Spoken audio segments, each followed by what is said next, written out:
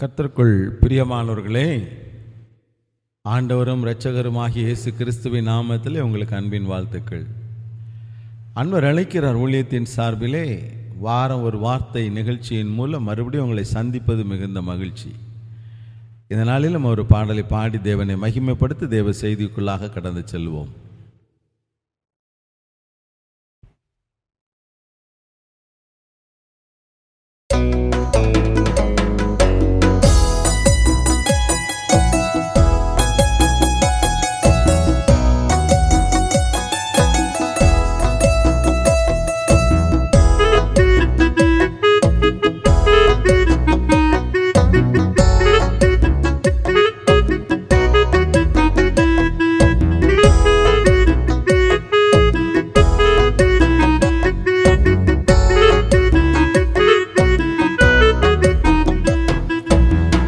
பெத்தலையில் பிறந்தவரை போற்றி துதி மனமே, பெத்தலையில் பிறந்தவரை போற்றி துதி மனமே.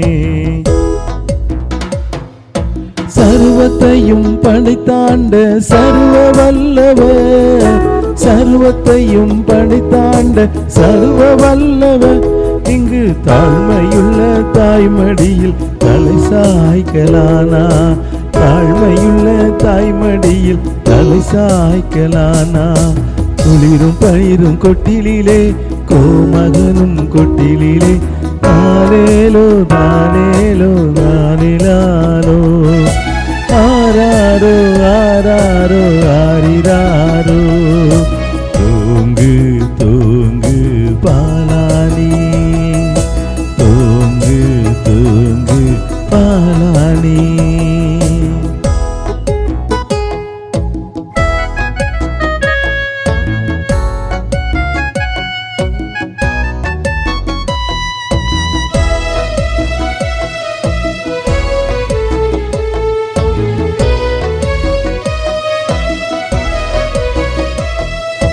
சிங்காசனம் வீற்றிருக்கும் தேவமைந்தனா, சிங்காசனம் வீற்றிருக்கும் தேவமைந்தனா, இங்கு பங்கமுற்ற பசுந்தொட்டியில் படுத்திருக்கிறா, இங்கு பங்கமுற்ற பசுந்தொட்டியில் படுத்திருக்கிறா.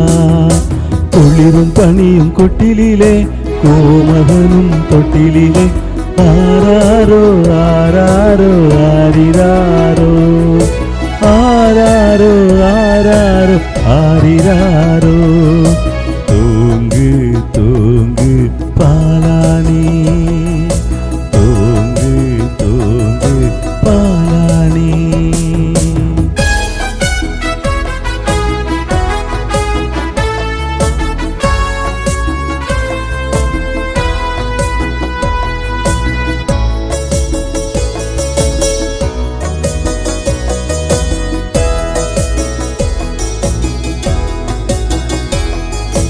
முன்னம் அவர் சொன்னபடி முடிப்பதற்காக, முன்னம் அவர் சொன்னபடி முடிப்பதற்காக, இங்கு மோட்சம் விட்டு தாழ்ச்சியுள்ள முன்னணையிலே, இங்கு மோட்சம் விட்டு தாழ்ச்சியுள்ள முன்னணையிலே.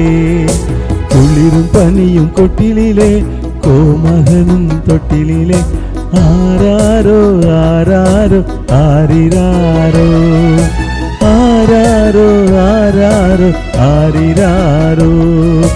தூங்கு தூங்கு பாலானி, தூங்கு தூங்கு பாலானி. பிரியமானவர்களே, இந்த நாளிலும் ஆண்டவர் இயேசு கிறிஸ்துவினுடைய பிறப்பின் ரகசியத்தை அறிந்து கொள்ளும்படியாக நாம் லூக்கா எழுதின சுவிசேஷம் 2ஆம் அதிகாரத்தை எடுத்துக்கொள்வோம் என்றால், அங்கே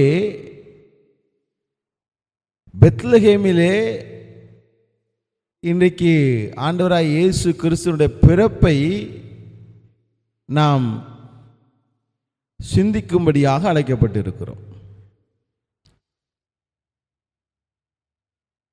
அந்த நாட்களிலே உலகம் முழுவதும் குடிமதிப்பு எழுதப்படும்படி அகஸ்து ராயனாலே கட்டளை பிறப்பிக்கப்பட்டது. ஆகவே யோசேப்பும் மரியாளும் கர்ப்பஸ்திரியாக மரியாளோடு குடிமதிப்பு எழுதப்படும்படிக்கு அவர் எங்கே செல்லுகிறார்?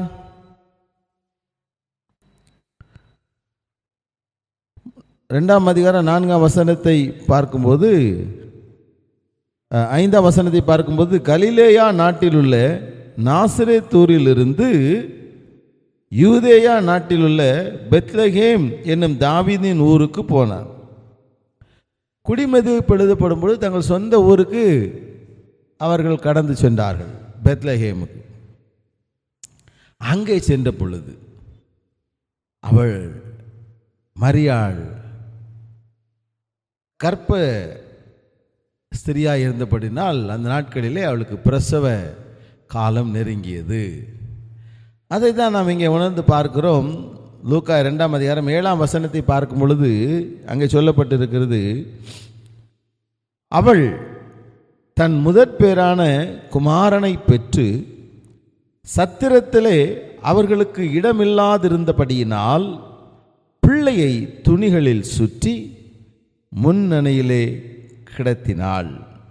பிரியமானவர்களே, பிள்ளையை துணிகளில் சுற்றி முன்னணையிலே கிடத்தினாள். பெற்றெடுத்த குழந்தையை பாதுகாப்பாக தங்க வைக்கிறதுக்கு அவர்களுக்கு ஒரு இடம் கிடைக்கவில்லை. எத்தனை ஒரு நெருக்கடியான சூழ்நிலை! அவர்களுக்கு கிடைத்த இடம் எங்கே தெரியுமா? முன்னணை. அப்படின்னா என்னங்க? மாட்டு தொழுவத்திலே இருந்த முன்னணை. ஆண்டவராகிய இயேசு கிறிஸ்துவனுடைய பிறப்பு தாழ்மையை வெளிப்படுத்துகிறதாக உள்ளது என்பதை நாம் உணர்ந்து கொள்ள வேண்டும். அவருடைய பிறப்பை அறிந்த வானசாஸ்திரிகள் அவரை காணும்படியாக வந்து, யூதருக்கு ராஜாவாக பிறந்திருக்கிறவர் எங்கே என்று ஏரோது ராஜாவின் அரண்மனையிலே தேடினார்கள். அப்படி என்றால் யூதாவுக்கு ராஜாவாக பிறந்திருக்கிறவர் அவர் ஒரு அரண்மனையிலே பிறந்திருப்பார் என்று அவர்கள் நம்பினார்கள். அன்புக்குரியவர்களே, ஆண்டவர் பரலோகத்தின் ராஜா, அவர் பரலோகத்தின் தேவன். அவர் பரலோகத்தை கொள்ளையாடின பொருளாய் நினைக்காதபடிக்கு இந்த மனித குலம் மீட்கப்பட வேண்டும் என்ற ஒரே நோக்கத்தோடு அந்த விண்ணுலகை துறந்து மண்ணுலகிலே மாட்டு கொட்டிலே வந்து பிறந்தார் என்று நாம் பார்க்கிறோம். இது ஒரு தாழ்மையின் வெளிப்பாடு, ஒரு தாழ்மையின் வெளிப்பாடு. கர்த்தருக்குள் பிரியமானவர்களே, அவர் எப்படிப்பட்டவர்? சர்வ வல்லவர், உன்னதத்தின் தேவன், மகிமைக்கு பாத்திரர், மகத்துவம் உள்ளவர். அந்த ஆண்டவர் ஒரு மாட்டு தொழுவத்திலே அவர் அவதரித்தார் என்று பார்க்கிறோம். பிரியமான தேவ பிள்ளைகளே, இன்று நம்முடைய வாழ்க்கையிலே நாம் ஒரு காரியத்தை உணர்ந்து கொள்ள வேண்டும். அன்றைக்கு அவருக்கு சத்திரத்திலே இடமில்லை. அதைத்தான் நாம் அங்கே பார்த்தோம். லூக்கா 2ஆம் அதிகாரம் 7ஆம் வசனத்திலே, சத்திரத்திலே அவர்களுக்கு இடமில்லாதிருந்தபடியினால் அங்கே இடம் கொடுக்க விரும்பலை. ஏன்னா பிறந்திருக்கிறவர் உலகத்தின் ராஜா, யூதர் ராஜா என்று அவர்கள் அறிந்திருக்கவில்லை. இருந்திருந்தால் எப்படியாவது கொடுத்திருப்பார்கள். அவர்கள் ஏழை குடும்பம், இவர்களுக்கு நாம் அவசியமில்லை, இவர்களுக்கு இடம் கொடுக்க அவசியமில்லை என்று கருதினபடியினாலே புறக்கணித்தார்கள். சத்திரத்தில் இடமில்லை. ஆனால் இன்றைக்கு நம்முடைய உள்ளத்திலே இடம் இருக்கிறதா? ஆண்டவராகிய இயேசு கிறிஸ்து நம்முடைய உள்ளத்திலே பிறக்க விரும்புகிறார். நாம் அவருக்கு இடம் கொடுக்க ஆயத்தமாக இருக்கிறோமா? அநேக வேளைகளிலே நாம் ஆண்டவரை புறக்கணித்தே வருகிறோம். ஆண்டவருக்கு இடமில்லாதபடிக்கு நாம் மற்றவர்களுக்கு இடத்தை கொடுத்து விடுகிறோம். மற்ற உலக காரியங்களுக்கு நம்முடைய உள்ளத்தில் இடத்தை கொடுத்து விடுகிறோம். ஆனால் நம்முடைய ஆண்டவர் நம்முடைய உள்ளத்தை நேசிக்கிற தேவனாக இருக்கிறார். நம்முடைய உள்ளத்திலே பிறக்க விரும்புகிற தேவனாக இருக்கிறார். கர்த்தருக்குள் பிரியமானவர்களே, இதுவரையிலும் நீங்கள் உங்கள் உள்ளத்திலே ஆண்டவருக்கு இடம் கொடுக்காமல் இருப்பீர்கள் என்றால் இன்றைக்கு கொடுக்க ஆயத்தமாக இருக்கிறீர்களா? நாம் ஜெபிப்போமா? நம்மை அர்ப்பணிப்போமா? கண்களை மூடி ஆண்டவரை நோக்கி பார்ப்போம். மகா இரக்கமும் கிருபையும் நிறைந்த எங்கள் அன்பின் பரம தகப்பனே, நன்றியோடு உம்மை ஸ்தோத்தரிக்கிறப்பா. ஆண்டவரே, இதுவரையிலும் அநேக தருணங்களிலே நீர் எங்கள் உள்ளத்திலே பிறக்க விரும்பின பொழுதெல்லாம் நாங்கள் அதை உதாசீனப்படுத்தினோம், அதை நாங்கள் புறக்கணித்தோம். ஆண்டவரே, இன்னைக்கு நீர் எங்களோடு பேசி இருக்கிறீர். ஆண்டவரே, நீர் தாழ்மையின் ரூபம் எடுத்து இந்த உலகத்தில் வந்திருக்கிறீர்.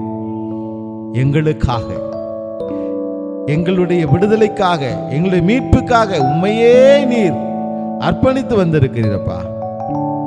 இன்றைக்கு நாங்கள் அந்த சத்தியத்தை உணர்கிறோம். எங்கள் உள்ளத்திலே உமக்கு ஆயத்தத்தை, உமக்கு இடத்தை ஆயத்தப்படுத்துகிறோம். எங்கள் உள்ளத்திலே வாரும், எங்களோடு இடைப்படும், எங்களை உம்முடைய பிள்ளையாய் மாற்றும். உமக்காக எங்களை அர்ப்பணிக்க உதவி செய்யும். இயேசு கிறிஸ்துவின் நாமத்தில் ஜெபிக்கிறோம் ஜீவனுள்ள நல்ல தகப்பனே, ஆமேன், ஆமேன். பிரியமானவர்களே, ஆண்டவருக்கு இடம் கொடுங்கள். கர்த்தர் நம்மை ஆசீர்வதிப்பார். ஆமேன்.